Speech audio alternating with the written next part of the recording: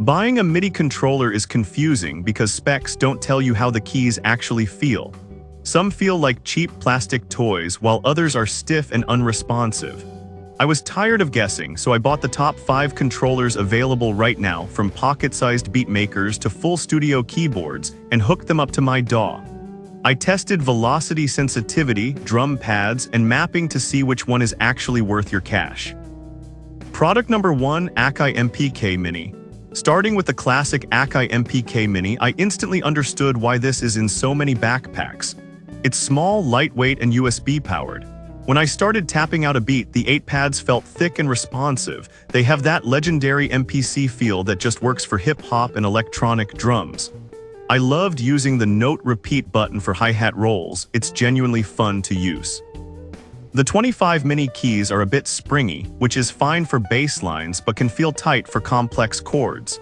The 4-way thumbstick for pitch and modulation is a bit weird at first, but I got used to it quickly. It also integrates with native instruments now, which saved me time mapping knobs. If you need a beat-making travel buddy that handles drums perfectly, this is the industry standard for a reason. Product number 2, the full-size 49-key option. If you hate tiny keys, you'll prefer this 49-key controller. The moment I started playing, my hands felt relieved.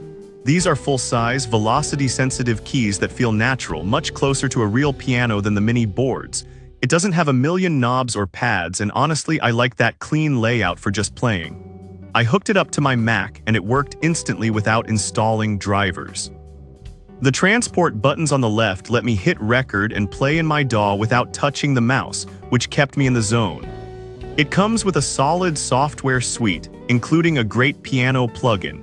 If you care more about actually playing two-handed chords and practicing piano parts than finger drumming, this is the best budget-friendly studio centerpiece I tested.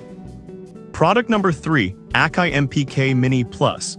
This next one is the Plus version of the first Akai I showed you, and it fixes my biggest gripe with mini controllers. When I unboxed it, I noticed it has 37 keys, that's 3 full octaves. That extra room meant I wasn't constantly hitting the octave up button during a solo, which makes a huge difference.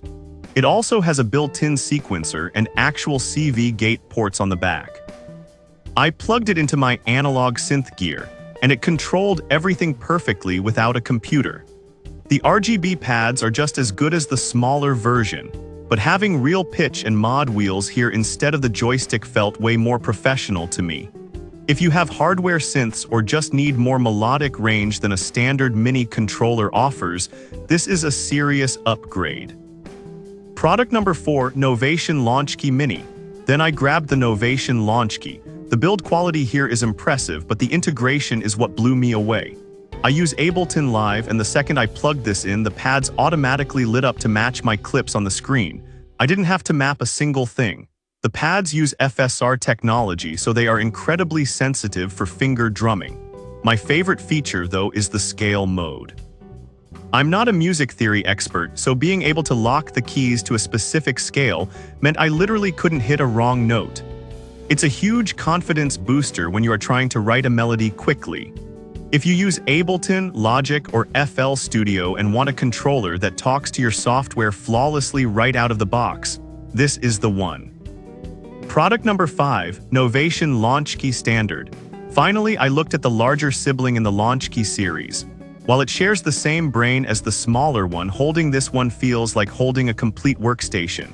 The larger keyboard feels premium, and I found the chord mode even more useful here. You can trigger complex, lush chords with a single finger, which is great for sketching out ideas.